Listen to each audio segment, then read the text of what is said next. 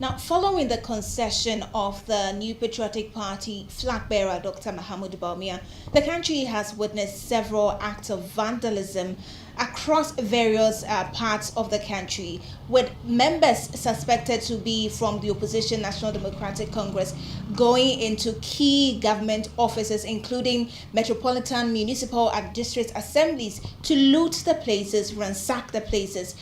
My colleague Jude Mensah Duncan has a wrap of all the incidents that have happened and the reactions to them. Ghana's democratic credentials were once again showcased as a shining example for other democracies in the aftermath of the December 7 election. The early concession by Vice President Dr. Mahamudu Bawumia, barely 24 hours after polls closed, was widely praised by Ghanaians, the international community, and development partners. However, the election day witnessed isolated incidents of violence across parts of the country. A shooting incident in Nyankpala, which resulted in the death of a young man, marred what otherwise would have been a smooth process. Despite the growth of the country's democracy, election-related violence remains a significant concern for stakeholders. 8 deaths were recorded in the 2020 presidential and parliamentary elections in Ghana. On December 7th, while voting was ongoing, 4 suspects were arrested in connection with a shooting incident in Ewutu-Senya East. 4 other suspects were involved in another shooting in the Nyankpala area in the Tolon constituency.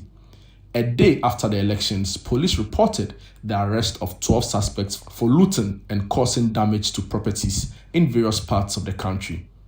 At Ewutu-Breku, 4 individuals were arrested for stealing building materials intended for the Agenda 111 hospital project. In Sunyani, 8 people were arrested for attacking the Metro Mass Transit workshop. An angry mob also stormed the premises of the Metro Mass Transit workshop in Sunyani in an attempt to force entry.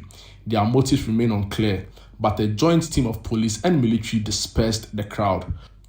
An angry mob also stormed the premises of the Ghana Gas Company in Accra in an attempt to force entry into their premises. Their motives remain unclear, but a joint team of police and military personnel dispersed the crowd. Violence also erupted at the Greater Accra Coalition Center during the collation of parliamentary results for the Okake Central, Ablekuma North, and Tamale Central constituencies. In response, police announced additional measures to ensure post-election security. In an interview with ChannelOne News, security analyst Colonel Festus Abwaje provided historical context to the increasing incidents of violent takeovers and theft after elections. It started in 2000 when NDC handed over power to NPP. NPP full soldiers did what is happening today. It happened in 2008, and it happened in 2016.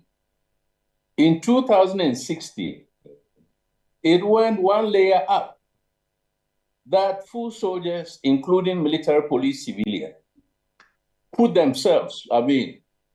marched themselves to Flagstaff House or Jubilee House. And we recall that one police officer was, brutalized or manhandled. People were seizing cars in traffic, over the years when administrations have changed. So that is what is happening, i.e., the national security architecture, the regular one.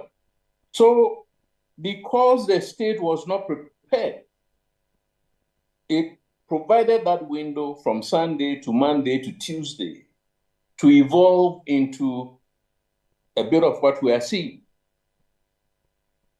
Secondly, in all situations, there are people who are opportunists, who exploit loopholes and gaps. So because we don't have the facts, we cannot substantively say that everybody involved is NDC. No, it's possible that there are criminals who are also buying into this narrative. He also discussed the role of the police in addressing and controlling such situations. The vice president who called on him is the vice president. He's a chairman of the police council. He works with the president. The Minister of Interior is still in place, albeit having lost his seat. The Minister of Defense is there. Minister of National Security is still in charge until 7. So we expect per the provisions of the Constitution, that these officials will take responsibility for peace and stability in the country and not shirk that responsibility to the incoming administration. The perception I have is that the police currently is less inclined towards heavy-handedness. That's what I've seen. During the elections, the police that we saw, their behavior, their conduct, especially at the collation centers where there were disputes, were very, very different from 4 years ago, Techiman South, where men and women in uniform. That's what we saw.